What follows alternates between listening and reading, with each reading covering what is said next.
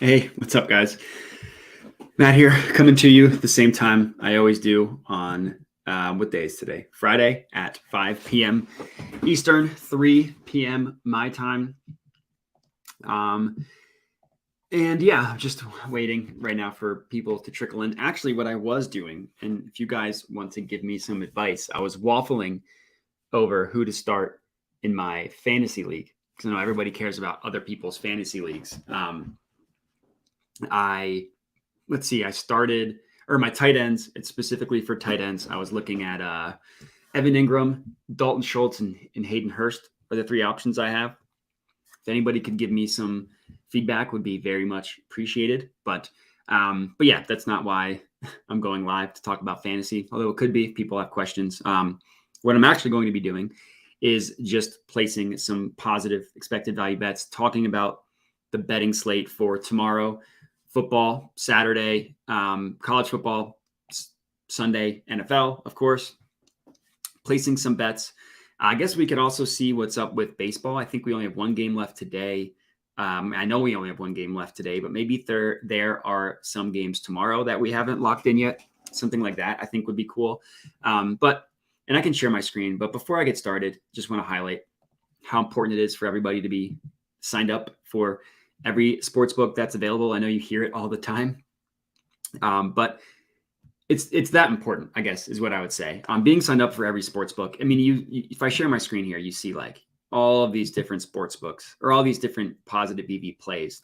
And I even have some books filtered out because I just have so much money pending on those individual books. So I just decided to filter them out instead of just continually depositing more money, which I don't always do. Actually, we could do some live betting for baseball, which I didn't really think about. Mariners, Blue Jays, first half total over 4.5. So here we go. Let's do some. I didn't even really process that there was live baseball that we could bet.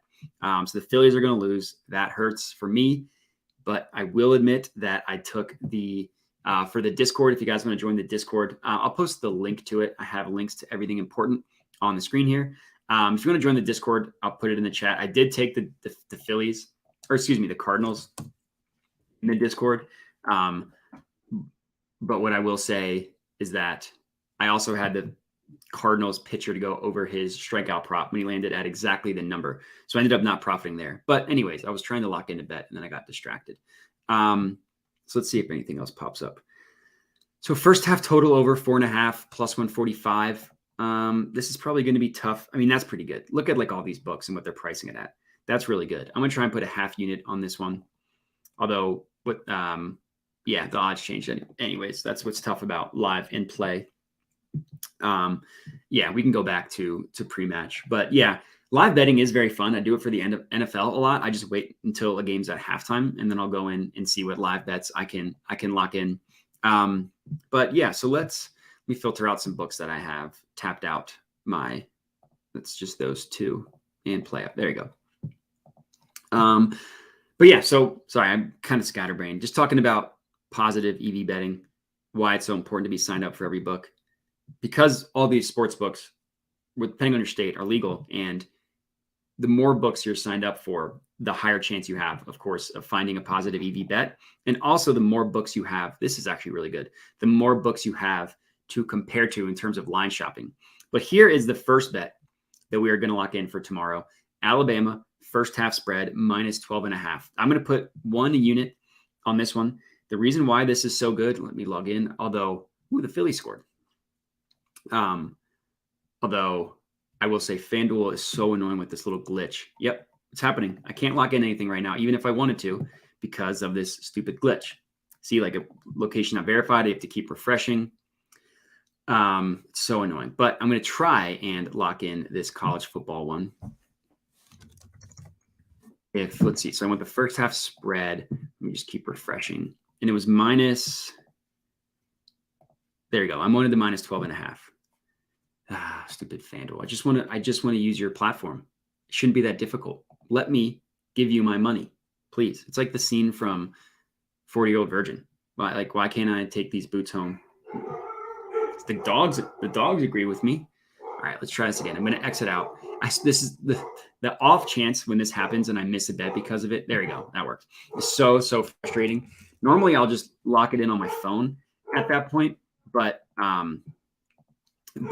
sometimes the odds change. So I went the first half spread, Bama minus 12.5, 1 unit on this one. This is an awesome play.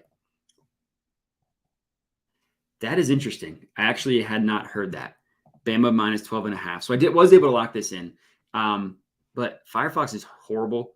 But if it doesn't have that issue, maybe I can just quickly log into Firefox and lock in the bet.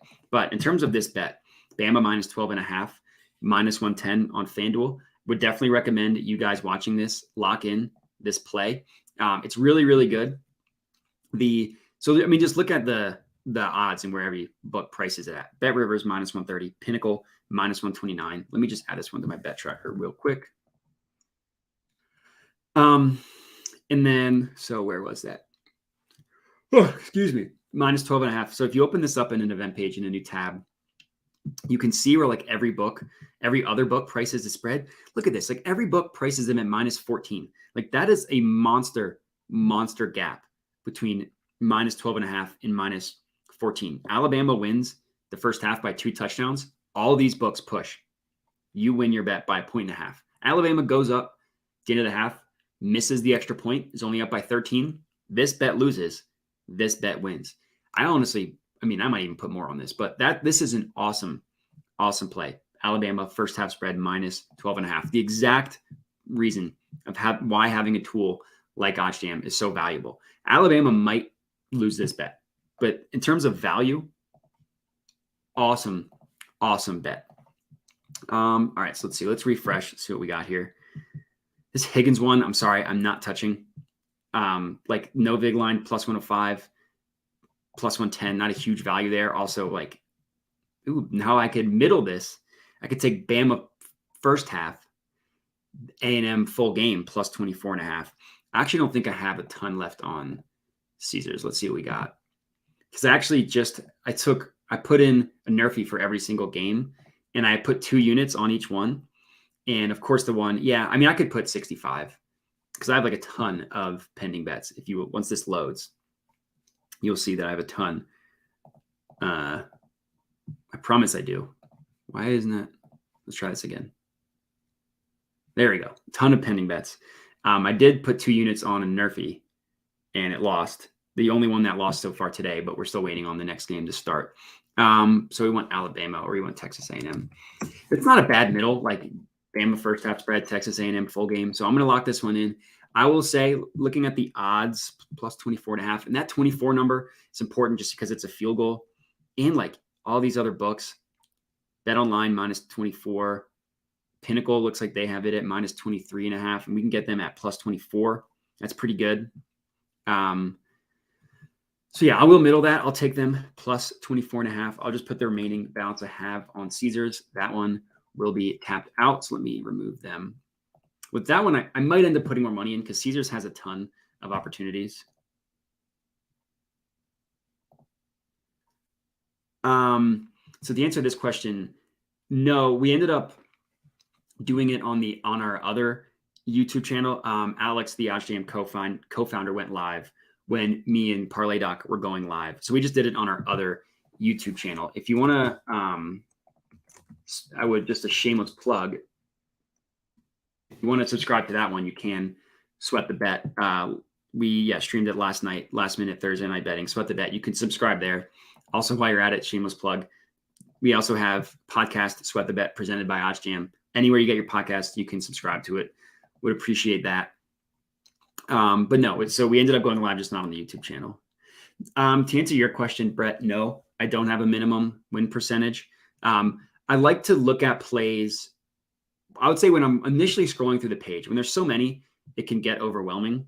What I will say is I end up, when I am first looking, I end up looking for plays between minus 110 and plus 110. And I can show you exactly why. Like, let's see if this is a good play. Basically what I'm looking for. Yeah. So this one is not what I'm looking for. Like plus 108 on FanDuel is still a good line. Like plus 104 on no big lines. This certainly isn't a bad bet. But if you look at like all the other books, they still favor Tennessee at this number. Minus 115 versus minus 105, minus 110 versus minus 105. Like they still favor the over. So you're not getting a huge value. Unlike this one here, the Bama one we just took. I mean, granted, it's at minus 110, so the odds aren't as favorable, but just look at that compared to every other book, like minus 130, minus 128, minus 128. They're all heavily, heavily favoring Bama at this number, except for FanDuel, which is giving it at 50-50. Like that's an insane line by FanDuel. So let's see if I can find an example. Like let's see this plus 105. Well, never mind. How about this plus 105? This one's not terrible. Still not exactly what I'm looking for. Like BetOnline has it at even money and you're getting it at plus 105, as does BetMGM. That's a good value. But I'm looking for, let's see. No, I mean, it's rare that you'll get it for plus money. It's more so between like plus 100 and minus 110, but you will sometimes see it. Like here's a minus 105 one. That's exactly what we're talking about. Duke, Georgia Tech under 55.5. DraftKings, BetRivers, Fox Bet, Pinnacle. They all price this as the heavily favored outcome, except for FanDuel. If we view this one in a new page, I mean, we're taking an under at minus 105. Every other book prices that below this number, including BetOnline. Pinnacle prices that at a full point below. Now, like the points, as the totals get higher, of course, the points get less valuable. So like if this were the difference between, like the difference between 12.5 and 14 is a monster difference, especially in football, especially in the first half. The difference between 55.5 and 54.5 isn't as big of a deal, but it's still important. Like you're still taking advantage of a total that's mispriced clearly by FanDuel. So I actually will lock in this one as well. So yeah, I'm pretty much tapped out on. All right, so we want the Duke. This one's just going to be a half unit play. Can't control F Duke. I guess if it's not that good of a game, which is fair. So let me search for them. Come on, don't be shy.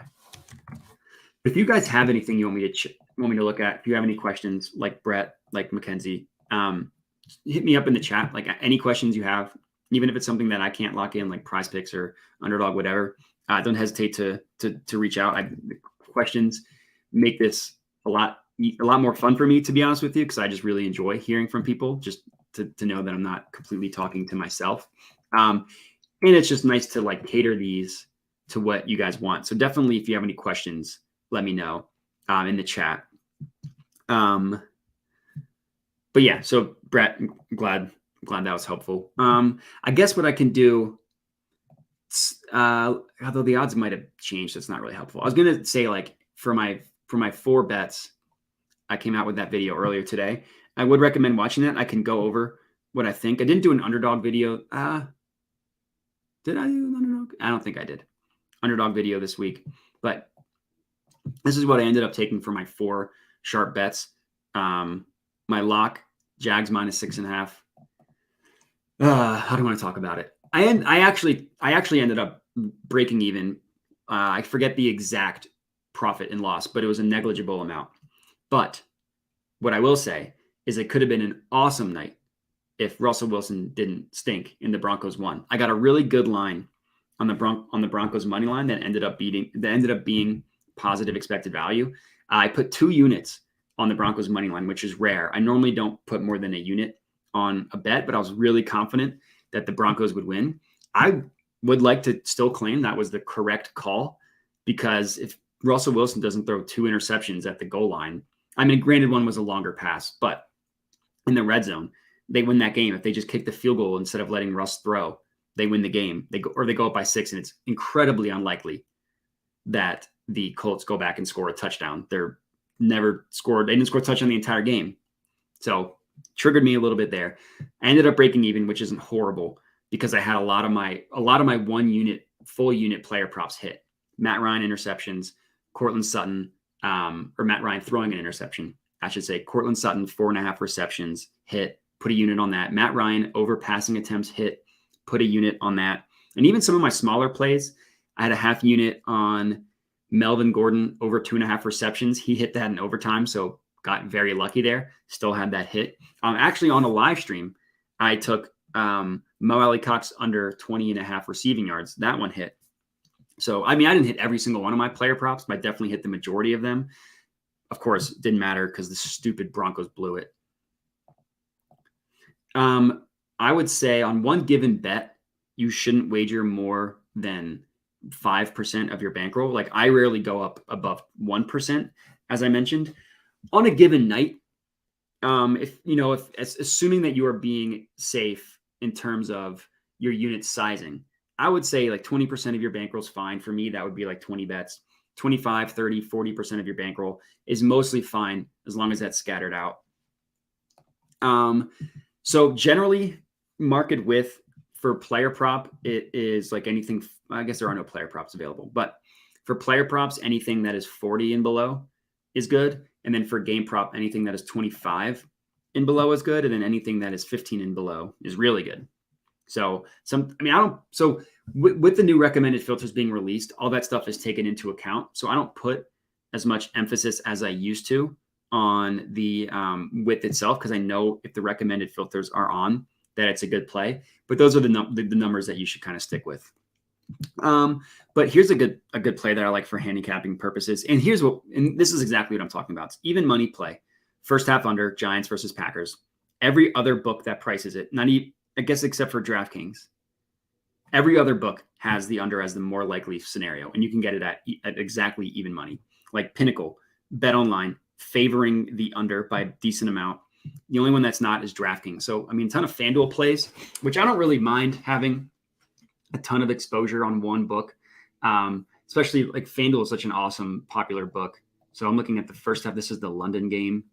So it's telling me to put 90. So yeah, I'll put full unit on this one. I think this is a good play. Like Packers defense is pretty good. Fading Daniel Jones, that seems easy. No, I want the total under 20.5. And the Packers offense, I still have like zero faith in. I just don't think that they'll get it figured out. So this is the third bet that I've placed in the live stream. Real quick, we're looking at the Giants versus Packers under 20.5 first half total points. Giants, Packers under 20.5 first half total plus 100 on FanDuel. Lock that one in. Then the other bet that I locked in was the Alabama minus 12.5 first half spread. It's even becoming more favorable as it goes on. It's becoming even a better bet. So if you can hop on this one, I would at this point. Actually, no, never mind. First half spread, 2 units on a first half spread is risky. So I'm sticking with a unit, but this is a really, really good play. A really, really good play. If you want to look at my history, I would have told you football. Like last year, football went really well for me. NFL is going pretty well for me so far this year. College football is where I've struggled. If this was broken up, college football versus NFL, this number would be significantly higher towards NFL, and probably negative for college football. The reason why basketball is so high is so you see like pretty even profit the first, 12 weeks or whatever, more than that, like 16 weeks, 20 weeks, whatever. My unit size was about 500, or not my unit size, my bankroll was about 500 during this stretch. I ended up upping my bankroll around here. Of course, like that coincided with 2 down weeks, which was very fun. But some high highs, some low lows. This was mostly during baseball season. So that's why you see the wider swings to comment on that. But I don't know. I don't really like to, I know football the best. For my own handicapping, I'm the best at football. But in terms of using OddsJam and using the positive EV software, I would say it's pretty equal. Like baseball started out really, really rough at one point. All right, hold on. The Cardinals really blow it. Holy crap. Well, the Phillies are going to win, which is good for me. My bet's going to lose, but that's okay. Sorry, my phone was blowing up. I had to check. We can actually see if there's some live bets for the Mariners game. So that's all that's in the middle. So the Mariners team total over 4.5. Let's see if we can get this on FanDuel. Actually, let's see. The odds have changed even more favorably, but I wonder if it's no longer plus EV. But maybe we can. The odds changed on all of these, so that's the tough part about live betting is the odds will change. But yeah, if you're using OddsJam, I don't really think there's a difference between the sports. If you want my personal opinion, what would I be the best at giving my own advice without looking at having to without doing a ton of research, it would be football, but they're all profitable. It's all profitable. So let's see what else. Fox Bet, I should actually filter out. I'll answer your question in 1 sec. I mean, if you go to my dashboard, like, so what's this? 32% of the time, my bets will drift red. If I can cash out close to game time, I will. Like I took a bet this morning for baseball. It ended up turning negative, but WinBet wouldn't let me cash out. So like I had to just ride that one. If they would let me cash out, I would have. Even like it's very, very rare that I will cash out for a negative. Like if they don't give me a full refund, that play I would have because it turned like aggressively against me, which happens, and it's unfortunate. But this Bama one, I almost will guarantee will turn aggressively in our favor. So again, the favorite play that I've taken since I've been recording, Alabama first half spread minus 12.5. This is actually another play that I've locked in. That's really good. Ballybet isn't, I'm not sure where it's legal. But this under in the Falcons Bucks, I think is really good. Like it's the same logic. Every book prices it as the more favorable outcome, except for Ballybet. And I just like it for handicapping purposes. Like the Falcons, they love to run the ball, regardless if they have success or not. The Bucks are like the best run defense in the entire NFL. I still don't trust that Bucks offense that's been like really, really struggling. But yeah, this is a good one. I did put a unit on this one under 47 Buccaneers versus Falcons. If you have Ballybet, take it. If not, I'd probably avoid it. Like it's not worth it at minus 120. But this is a really good bet. So I'll tell you what you missed. You missed, I'm not sure when you joined, but Bama minus 12.5 first half spread is the favorite bet that I've locked in so far. I put a unit on it. I am debating putting more, but for a first half play, it's just risky because teams aren't trying to win the first half. They're trying to win the game. But I do think it's really good. Like Bama's starting hot, of course. So this is something that I locked in for a unit. Under 20.5 in the first half. So under 20.5 first half total points in Giants Packers. I've locked in as well for a full unit. This is one that I really like. Like I mentioned the handicapping purposes, but the Giants offense is horrible with Daniel Jones. The Packers offense still really hasn't gotten going without Devontae Adams. Like their offensive line's been banged up. Their receivers have been struggling. So this is a good one. And they also start slow. Like if the Packers offense comes on, it normally happens late. So let's keep going. Let's see what else we got here. These are all FanDuel. I mean, this game's going to be terrible, but it's not a bad bet. But yeah, I mean, you guys tell me if there's anything specific that you want to bet. Like I can just keep going through the positive EV page and keep taking plays. I'm happy to do that. Or if there's anything specific that you want me to look at, I can. Let me just keep MLB.com up. Wow, 6-2. Wow. Which one was what? Oh, it was the first half. I guess the odds changed. That's tough. Well, sorry. It was the first half total under 20.5, but the odds are different. See? And yeah, it's not worth it. Yeah, if you're able to get it, yes, but the odds changed on that one. But let's see. I mean, we can look at some player props. Like there probably won't be that many with Caesars filtered out because I just have so much pending on Caesars. But we can see Raheem Mostert receptions. I like this one. Of course, the odds are different. This one should go away soon. Marquis Brown over 5.5. This one's pretty good. You can only use FanDuel. Hopefully at least the Bama one you should be able to get in. You should be able to get in the Bama one. This one's pretty good. Marquise Brown over 5.5 receptions. The Eagles defense has been very good, but if you go to the OddsJam props app, just look at how good he's been so far. Like the last 3 games, 6, 14, 6. And he's been getting healthier, even with Rondale Moore back. Like it's telling me to put, I would probably put a unit on this one on Tipico. They have me limited. I won't be able to get a unit on this one. So can the Phillies not blow us the 4-run lead? in the bottom of the ninth. I'm not confident. But yeah, Tipico won't let me get a unit, but I do think. Thank you. I appreciate that. That's very nice of you.